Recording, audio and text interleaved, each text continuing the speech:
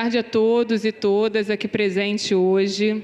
Eu queria, em primeiro lugar, agradecer o convite, né, e a possibilidade de estar aqui hoje, discutindo esse tema, né, cada vez mais presente entre nós, como um movimento mais geral e que a geografia não poderia estar de fora. Sobretudo diante também de um cenário político que nos convoca ao posicionamento, né, e à luta, sem dúvida nenhuma. Ontem mesmo, no GT, que eu tive presente, com a mesma temática, a gente falava, né, sobre todas as disputas que a gente ainda precisa fazer, mas também ressaltava a importância da nossa presença enquanto grupo ontem e hoje aqui reunidos, né, para discutir quais são as agendas, os rumos e os desafios que estão colocados para a gente, tanto do ponto de vista ontológico, epistemológico, ético e político, do debate da sexualidade, do gênero e do feminismo. Não tenho dúvida nenhuma que Saravá, essa mesa aqui composta, irá oferecer grandes contribuições para esse nosso debate necessário. Eu gostaria de convidar para compor essa mesa Mariana Fernandes Moreira, Benhur Pinós da Costa e Bárbara Kopke.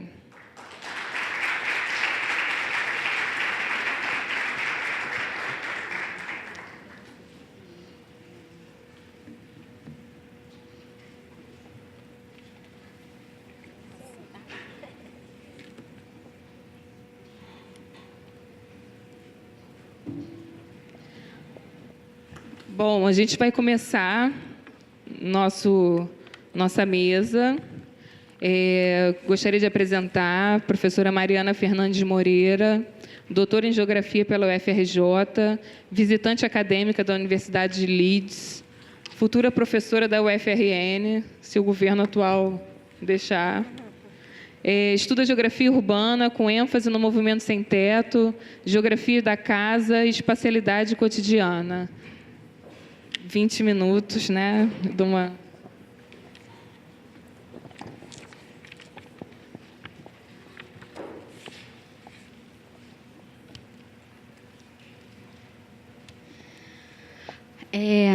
Bom, boa tarde, primeiramente, a todas e todos. Antes de começar a minha fala, eu queria agradecer à comissão organizadora do simpósio pelo convite. Eu fiquei muito feliz com o convite da mesa. Foi, na verdade, aqui, nesse simpósio, no 5º simpósio em 2006, eu ainda na graduação, que eu tive a primeira experiência, o meu primeiro contato com a geografia que estudava gênero, com uma mesa composta pela Joselina. Quando eu fui convidada para participar dessa mesa, foi inevitável para mim pensar em uma outra mesa que aconteceu esse ano, no Encontro Nacional de Geógrafos, em João Pessoa, chamada Mulheres no Pensamento Geográfico, composta pelas professoras Mariana Lamego, que está aqui, a Dirce Soetergaray e a Alexandrina Conceição. O meu primeiro impulso teria sido, com certeza, falar sobre a minha pesquisa aqui, mas essa mesa mexeu muito comigo, não apenas por ser uma mesa histórica. Foi a primeira mesa no ENG sobre história do pensamento geográfico, composta exclusivamente por mulheres, falando sobre mulheres na geografia. Mas também por ter sido ali, durante o debate, exposto ali muitas das nossas feridas. E aí, durante o debate, surgiu uma questão que é o que é, afinal, fazer uma geografia masculina. A questão gerou uma discussão, é claro, ela não é uma questão trivial, ela deveria ter gerado muito debate, e foi por isso que eu decidi centrar minha fala nessa questão. De modo geral, a gente pode dizer que a geografia feminista, ou as geografias do gênero, elas buscam desconstruir uma visão universalista do conhecimento. A Gillian Rose, por exemplo, no livro Feminist and Geography, ela descreve a geografia como masculinista porque produziu grandes teorias que afirmam falar por todos, trabalhos que se afirmam exaustivos, que na verdade falam sobre homens heterossexuais, brancos e burgueses. E ela vai falar que a invisibilidade dos outros sujeitos faz desaparecer essa própria prática da exclusão. E como isso acontece? Porque essa centralidade que esse sujeito, esse homem branco, heterossexual, cisgênero e heteronormativo, ele tem nas nossas pesquisas, ele é tido como norma, né? Ele é tido como padrão, ele não é marcado. Toda e qualquer referência que esse outro... Toda e qualquer referência em relação a esse outro, ela precisa ser reprimida para reivindicar esse conhecimento total. E por que é tão necessário a gente fazer essa marcação? Porque todos esses outros, as mulheres, os negros, os homossexuais, os transgêneros, eles são encarados como diferentes a partir desse ponto de referência, visto como norma. É preciso, então, a gente fazer a desconstrução dessa diferença. É preciso a gente afirmar que a geografia é generificada, racializada e sexualizada. Isso quer dizer, por exemplo, que uma pesquisa sobre espacialidade de corpos grávidos na esfera pública é tão generificada quanto aquela sobre exploração do trabalho em minas de carvão. Então, o que essas teorias vão fazer vão ser denunciar o universalismo como um discurso dominante e opressor, sim, ok? Mas, além disso, do ponto de vista acadêmico e epistemológico, elas vão revelar a multiplicidade de perspectivas que é suplantada por esse universalismo. E aí, reformulando um pouco a questão, a gente pode se perguntar, o que muda quando a gente rompe com uma geografia masculinista? A minha fala vai se estruturar a partir dessa questão em 3 partes, né? Como consequência, a gente tem a inclusão das mulheres na geografia. Então, será que romper com essa geografia masculinista é incluir as mulheres na geografia? Na segunda parte, a gente vai ver as revisões dos grandes temas da geografia, como essa ruptura afeta as teorias já consolidadas. E, por último, a gente vai ver aproximação de novos temas. Que novos temas emergem a partir disso. A primeira coisa que nos vem à cabeça quando a gente pensa em uma geografia que rompa com o universalismo, e particularmente com a geografia masculinista, é a inclusão das mulheres na geografia. E a gente pode ver isso de 2 formas. A primeira consiste em dedicar-se aos estudos empíricos sobre as mulheres. No livro Geography and Gender, por exemplo, em 1984, escrito pelo Women Geography Study Group, elas vão se debruçar, por exemplo, sobre os efeitos das estruturas espaciais urbanas sobre as mulheres, pensando as implicações da separação espacial entre a casa e o trabalho que acompanham o processo de industrialização. Elas vão também ver, por exemplo, afirmando que as políticas de desenvolvimento afetam as mulheres e homens de formas diferentes e que os fluxos migratórios são generificados de maneiras diferentes em diferentes continentes. Elas vão mostrar formas específicas em que mulheres jovens solteiras vão ser exploradas por certas indústrias localizadas em países em desenvolvimento. A partir desses estudos empíricos inseridos em temas sabidamente de interesse de geógrafos, como o espaço urbano, o desenvolvimento, os fluxos migratórios, elas desafiam nossas teorias tradicionais. Uma segunda maneira que a gente pode ver essa inserção acontecer é através dos estudos que evidenciam as ausências e as invisibilidades das mulheres como autoras e produtoras do conhecimento geográfico. Foi basicamente em torno disso que girou a mesa do Eng, que eu me referi no início da minha fala. Gillian Rose, no mesmo livro que eu falei, ela afirma que essa ausência, né, essa invisibilidade é fruto não apenas da exclusão das mulheres no processo de produção do conhecimento geográfico, mas também de sua história. Ao se concentrar nos grandes homens, a geografia produziu um território disciplinar que historicamente marginalizou as mulheres, minorando ou mesmo apagando por completo tanto as suas atuações quanto as suas contribuições. Os interesses dos homens, portanto, estruturaram o que conta como conhecimento geográfico legítimo. Mona Domosh, em 1991, ela, estudando mulheres viajantes no período vitoriano da Inglaterra, ela vai argumentar que essas exploradoras elas foram excluídas da história do pensamento geográfico porque elas, na verdade, foram excluídas da classe de geógrafos, uma vez que as suas atividades e suas visões não estavam de acordo com os padrões do que eram aceitáveis para a geografia científica. De todo modo, o que todas essas autoras vão vão defender de forma geral, não é um aumento de estudos sobre mulheres ou feitos por mulheres em geografia per se, mas uma abordagem completamente diferente da geografia como um todo. Ou seja, as implicações de gênero no estudo da geografia são tão importantes quanto as implicações de qualquer outro fator social ou econômico que transforma a sociedade e o espaço. Os debates produzidos a partir dessas formas de inclusão das mulheres, elas vão gerar consequências de duas outras formas que a gente vai ver a seguir, rompendo com essas geografias masculinistas. A primeira consequência, né, outra forma de romper é a geografia repensar os seus grandes temas. A Doreen Massey, no livro Space, Place and Gender, num capítulo Flexible Sexism, ela examina criticamente duas importantes obras geográficas da década de 80. A Condição Pós-Moderna, do David Harvey, e as Geografias Pós-Modernas, do Edward Soja.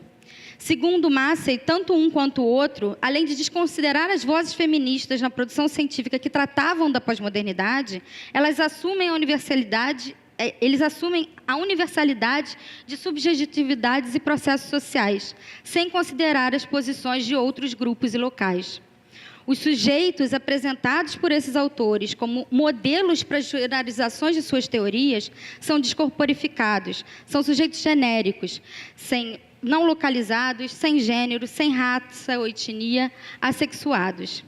Em outro capítulo, intitulado Global Sense of Place, muito conhecido, Massey problematiza a aceitação geral da compressão espaço-tempo, do fenômeno da compressão espaço-tempo de Harvey, falando que, na verdade, essa aceitação marca, né, um uso quase obrigatório de termos como aceleração ou superação das barreiras espaciais. Na interpretação usual, esse fenômeno resulta, em grande parte, das ações do capital e de sua crescente internacionalização. Nessa pesquisa, é a partir do capitalismo e seus desenvolvimentos, que analisamos nossa compreensão e experiência do espaço. Contudo, para Massey, isso não é o suficiente. O ato de nos movimentarmos entre países, ou andar pelas ruas à noite, ou sair de hotéis em cidades estrangeiras, não é influenciado apenas pelo capital, mas também, por exemplo, pela raça ou pelo gênero. Diversas pesquisas já mostraram como a mobilidade das mulheres é restringida não apenas pelo capital, mas por homens, seja pela violência física, seja pela agressão verbal, ou por uma maneira muito sutil de nos fazer sentir deslocadas. Ela argumenta que a compressão espaço-tempo precisa ser analisada a partir do ponto de vista da diferenciação espacial. Esse ponto não se refere apenas a uma questão de quem se move ou não. Ele também se refere ao poder em relação aos fluxos e ao movimento. Alguns grupos são responsáveis pela compressão espaço-tempo e podem usufruir dela de forma a aumentar seu poder e influência. Outros grupos, por exemplo, fazem o movimento físico, mas não estão no comando, como os refugiados. A experiência aqui do movimento é muito diferente. Mas há também, como a Doreen Massey fala, por exemplo, algum lugar da África subsaariana, uma mulher que vai a pé todos os dias buscar água. E é a partir disso que ela vai pensar na possibilidade de desenvolver uma política de mobilidade e acesso. Ela vai entender a compressão espaço-tempo que a compressão espaço-tempo de alguns grupos pode minar o poder de outros. Ao buscar complementar, contemplar em suas teorias os sujeitos não genéricos, Massey consegue revelar alguns pontos cegos e trazer novas perspectivas para temas que já consolidamos, que já são consolidados e que seriam impossíveis de serem alcançados de outra maneira.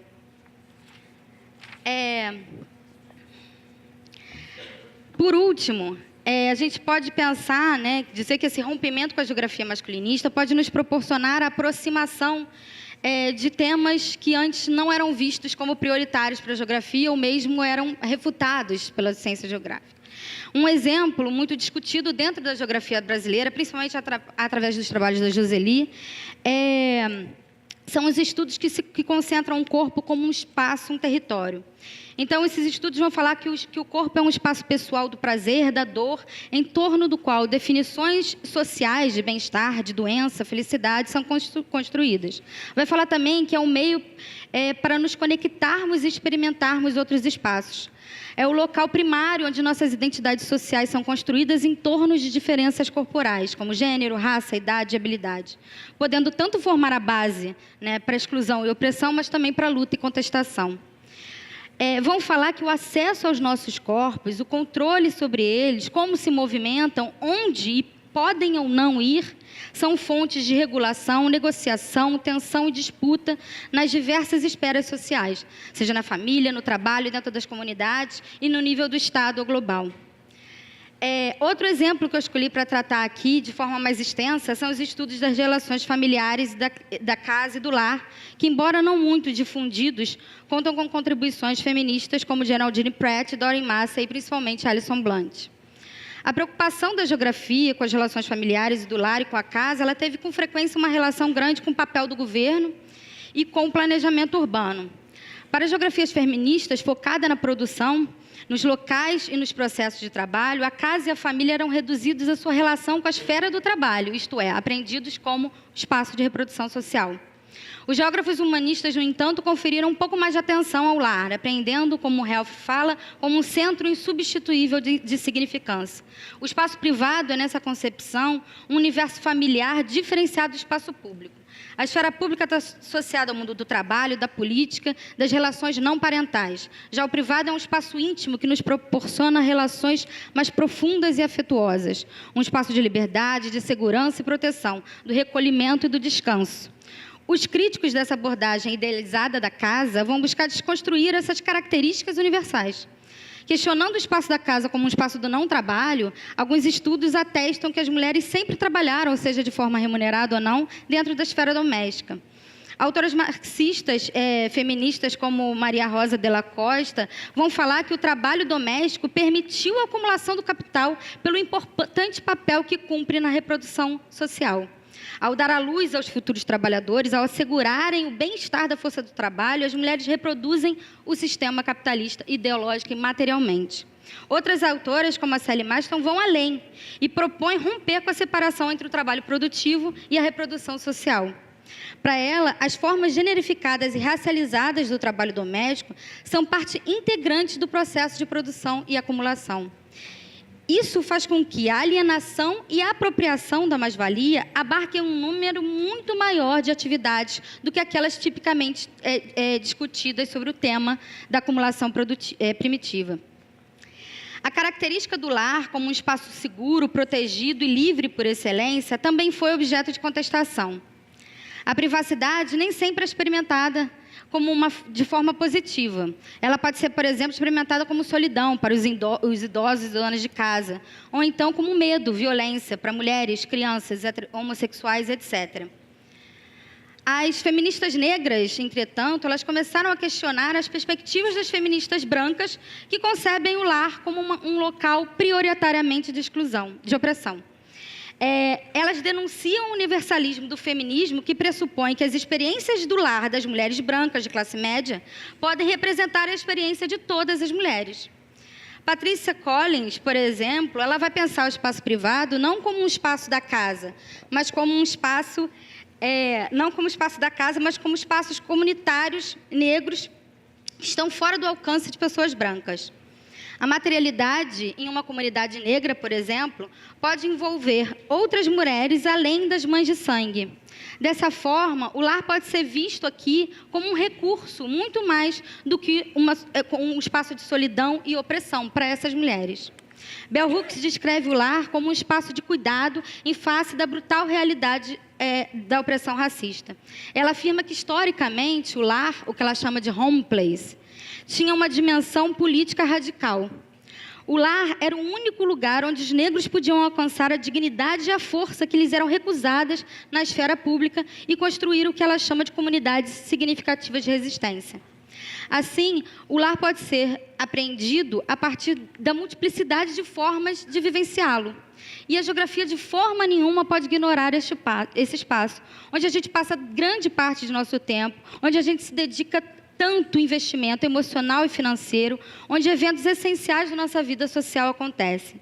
A espacialidade familiar e doméstica pode nos ensinar sobre elementos da sociedade e outros tipos de espaço que outros tipos de espaço não podem abarcar.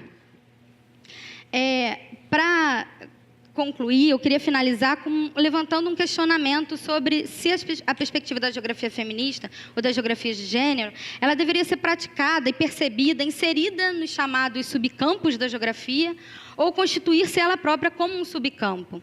E, na minha opinião, as duas coisas são fundamentais. A primeira abordagem que eu acho que é importante, como eu tentei argumentar durante a minha fala, ela vai ser importante porque a geografia ela precisa incorporar a crítica à masculinidade, e não apenas como uma questão de justiça. É certamente uma questão de justiça, mas é também um apelo para o fato de que há outras formas de se aprender as relações sociais e seu espaço. Os geógrafos urbanos críticos diziam para os seguidores do organicismo da Escola de Chicago, por exemplo, que não poderiam tratar as áreas segregadas da cidade como áreas naturais, pois não eram frutos de decisões individuais, mas condicionadas pelas diferenças de classe social. Precisaram dizer que era um equívoco a geografia tomar o indivíduo como um número, como um sujeito anônimo, como parte de uma população, uma vez que a sua posição, a posição que ele ocupa no mundo do trabalho, condiciona não só o seu local de moradia, mas as relações sociais do espaço urbano. Essa crítica apontava que a geografia era uma ciência ideológica, que distorcia a realidade porque estava presa a uma única perspectiva, a perspectiva burguesa. Apontava que era preciso levar em conta a estrutura das classes sociais que condiciona desde grandes processos políticos até pequenas relações cotidianas. Isso sacudiu a epistemologia das ciências sociais, fazendo com que a academia se abrisse para outros atores antes ignorados, se abrisse para relações antes ignoradas, para temas, processos e fenômenos antes ignorados. A segunda questão que eu acho também importante sobre pensar, é necessária também, porque é preciso a gente refletir cuidadosamente sobre os caminhos conceituais e metodológicos. Porque são esses caminhos conceituais e metodológicos que criam as invisibilidades de certos fenômenos e grupos sociais. A ideia da Haraway, sobre o conhecimento situado e corporificado, ele vai se constituir no processo do fazer científico. E, nesse sentido, a teoria feminista ela tem muito mais a ver com uma teoria dissidente do que uma proposta centrada na mulher generificada. Assim, é importante compreender que o gênero, como categoria analítica, não pode ser pensado de forma separada das outras categorias, como classe, raça e sexualidade. Não apenas porque essas universalizações, em torno do que a gente chama de mulher, excluem determinados grupos de mulheres e suas realidades, demandas, formas de produzir conhecimento, mas também porque a mulher, enquanto categoria, não é mais compreendida em termos estáveis e permanentes. Assim, o gênero aqui é tomado como pergunta, como categoria, que permite colocar em questão os sujeitos, como sujeitos culturais, sociais, históricos e políticos. Para mim, esse trecho que eu trouxe, da fala improvisada da Sojourner Truth, uma ex-escrava, que vai improvisar uma fala na Convenção do Direito das Mulheres em Ohio, em 1851. Para mim, é muito didático. Ela vai falar, aquele homem ali diz que é preciso ajudar as mulheres a subir numa carruagem. É preciso carregar elas quando elas atravessam um lamaçal e elas devem ocupar sempre os melhores lugares. Nunca ninguém me ajuda a subir numa carruagem, a passar por cima da lama ou me cede um melhor lugar. E eu não sou uma mulher? Olhe para mim, olhem para o meu braço. Eu capinei, eu plantei, juntei palha nos celeiros e homem nenhum conseguiu me superar. E eu não sou uma mulher? Eu consegui trabalhar e comer tanto quanto um homem, quando tinha o que comer. E também aguentei as chicotadas. E eu não sou uma mulher? Pari 5 filhos e a maioria deles foi vendida como escravos. Quando manifestei minha dor de mãe, ninguém, a não ser Jesus, me ouviu. E eu não sou uma mulher? A interseccionalidade, então, ela não é um acúmulo de opressões ou diferenciações. A Sojourner não é uma mulher e negra, ela é uma mulher negra. Não é possível a gente pensar que a questão de gênero signifique sempre a mesma coisa, que signifique sempre os mesmos tipos de relações. Por isso, inserida em uma perspectiva decolonial, a teoria feminista estaria preocupada com a relacionalidade. Isto é, não partir de um estudo do ser, da mulher, por exemplo, mas compreender como em cada conjuntura, em cada contexto, essas categorias são construídas socialmente a partir de suas inter-relações. Isso significa dizer que a forma como se compreende o gênero depende de como se compreende a raça e a classe, e o contrário também. E a geografia tem um papel muito importante a cumprir nesse processo, porque ao mesmo tempo que para nós é fundamental entender que as diferentes formas de apreender o espaço não estão separadas, desligadas ou conectadas do lugar onde se fala, também é preciso, citando Herbert, compreender que o mundo da vida de um grupo social não pode ser feito sem levar em conta a geografia do mundo que eles constroem. Então, estudar as diferentes geografias do gênero pode contribuir muito para a geografia, mas, da mesma forma, a geografia também vem contribuindo e ainda tem muito a contribuir com a chamada teorias da identidade. Obrigada.